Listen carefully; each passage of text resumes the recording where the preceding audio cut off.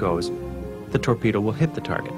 The superconscious will do this also, but the superconscious has one additional unique capacity, and it is this. We can program our goal or target into our mind, into our superconscious capability, and as long as we have a very clear idea of what it is we want to accomplish, we can then fire off our mental torpedo into the air, and the superconscious has the ability to seek out and find the target, even though we have no idea where it is when we begin moving toward it. While we are moving toward this target, the superconscious, especially if we have set a goal or target that is very high for us, the superconscious will take us through the lessons necessary to enable us to accomplish that goal. It will take us over hurdles. It will take us through mistakes, through obstacles, through setbacks, through disappointments, through stumbling blocks, if you like, every one of which has been put there to teach us a valuable lesson to enable us to reach our ultimate goal. We've all had the experience of having unfortunate or unhappy things happen to us in our lives. And then later, in retrospect, we look back and we say, boy, wasn't it fortunate that that happened at that time? Because if that hadn't happened, this wouldn't have happened, and this wouldn't have happened, and we wouldn't have arrived here, which is where we wanted to end up in the first place. Have you had that experience? It's a very normal experience that we look back in retrospect on unfortunate occurrences and we say, boy, it was lucky that happened. Because if it hadn't happened, I wouldn't have achieved the happiness or the success that I've achieved today. On the David Susskind Show a few years ago, they had 4 young men who had earned $1 million before the age of 35. And in talking to these young men, they asked them how many different careers or businesses they had been in before they had reached the business that enabled them to become financially independent at a young age.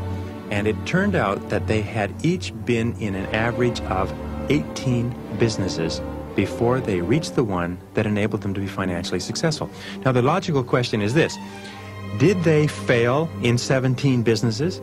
Because that's what happened. They went in and out of 17 businesses or careers before they found the 18th one. What was the purpose of each of those 17 businesses on average? Wasn't it to teach them the essential lessons that they had to learn if they wanted to become millionaires in their mid-30s? Of course. Now, the difference between winners and losers is simply this, is that winners accept and believe absolutely that they are fated and destined to be successful, and that every single thing that happens between where they start and their ultimate success is either a step forward or a valuable lesson that has been sent to them to teach them something that will enable them to be ultimately successful. The losers set off with sometimes high goals and high ambitions, but whenever they reach disappointments and setbacks, they quit, or they deviate, or they scrap their goals, or they settle for something far, far less. The winners take every single challenge, every single hurdle, every single difficulty and say, all right, this has been sent to teach me something really valuable. This is part of the process that prepares me and equips me for achieving my ultimate goal. So what can I learn from it? And that's the distinct difference. And if you absolutely believe that you are fated to be successful, then just simply confidently expect that every single thing that happens to you is happening to you for your benefit. It is up to you to find the benefit that's hidden within it. And again, Napoleon Hill, who calls the superconscious mind the infinite intelligence in his writing, simply said that within every setback or obstacle or disadvantage, there is the seed of an equal or opposite or greater advantage or benefit. And that the successful man or woman always looks for the advantage or benefit in every situation, and lo and behold, they always find it. Because as long as you're looking for the obstacle or benefit, you cannot be seeing or worrying about the negative event or the setback. The next characteristic of the superconscious mind, which is terribly important to us, is that it makes all of our words and actions and their effects fit a pattern consistent with our self-concepts, with our current programming, and with the goals that we are trying to accomplish. What this means is that when we have a very clear idea of what it is that we want to achieve, especially in a social or a business situation, the superconscious mind will make everything that we say and everything that we do exactly appropriate to what we're trying to accomplish. Flip Wilson used to say that when you're hot, and when you're not, you're not. And we've all had the experience of being in a situation where we simply couldn't say or do the wrong thing. It seemed that everything that came out of our mouth or everything that we did was exactly right for the situation. And it felt perfect, and it flowed naturally, and it was all in complete harmony with the goal or the objective that we wished to attain. We've all had that experience. Psychologists who have great difficulty dealing with this idea of superconscious creativity because it cannot be duplicated in the laboratory have two expressions for it. One is called serendipity. Serendipity is considered to be the ability to find happy events, to go through life and find series of happy coincidences that occur to one. And another expression that they use is what is called synchronicity, when several events conspire together, seemingly totally unrelated, and yet when they meet together, they form a pattern or bring us the result or a solution that we were looking for. And we've all had the occasion where a whole series of things seem to conspire together into a happy coincidence, where a series of events conspire together to bring us the goal, to bring us the solution, to bring us the thing that we were looking for. This synchronicity or serendipitous series of events is simply another functioning of the superconscious mind. Another factor in superconscious functioning is that the superconscious mind functions best under two conditions. It functions best when the conscious mind is working with 100% concentration on solving the problem or achieving the goal. Very often when we are totally concentrated on accomplishing one specific important thing, the ideas that we need will flash into our minds. The other time that the superconscious mind works is when the conscious mind is completely elsewhere, when we are thinking of something else totally separate and apart from the problem or the goal that we're working on. Very often we'll be driving along or going for a walk or listening to a piece of music or even in the middle of a conversation.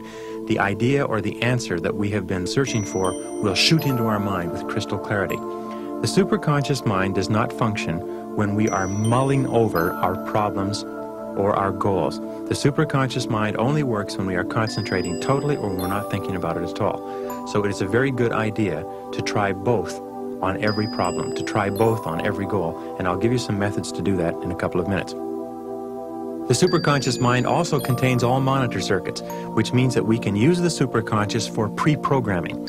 Many people have the ability to wake up in the morning without an alarm clock.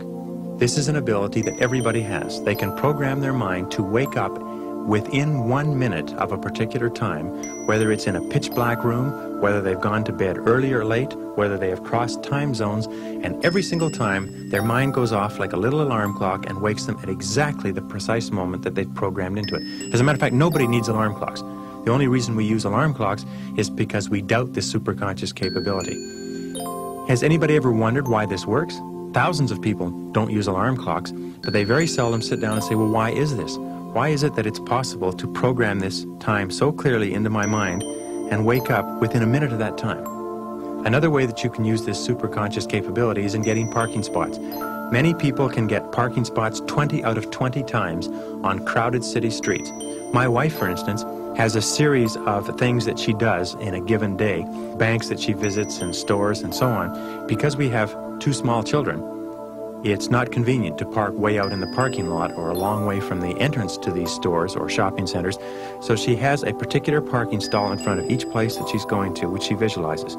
And even on a very busy day, when she arrives there, somebody is holding the parking stall for her, and just as she arrives, not 1 car earlier, not 1 car later, the person who's holding the parking stall backs out and drives away.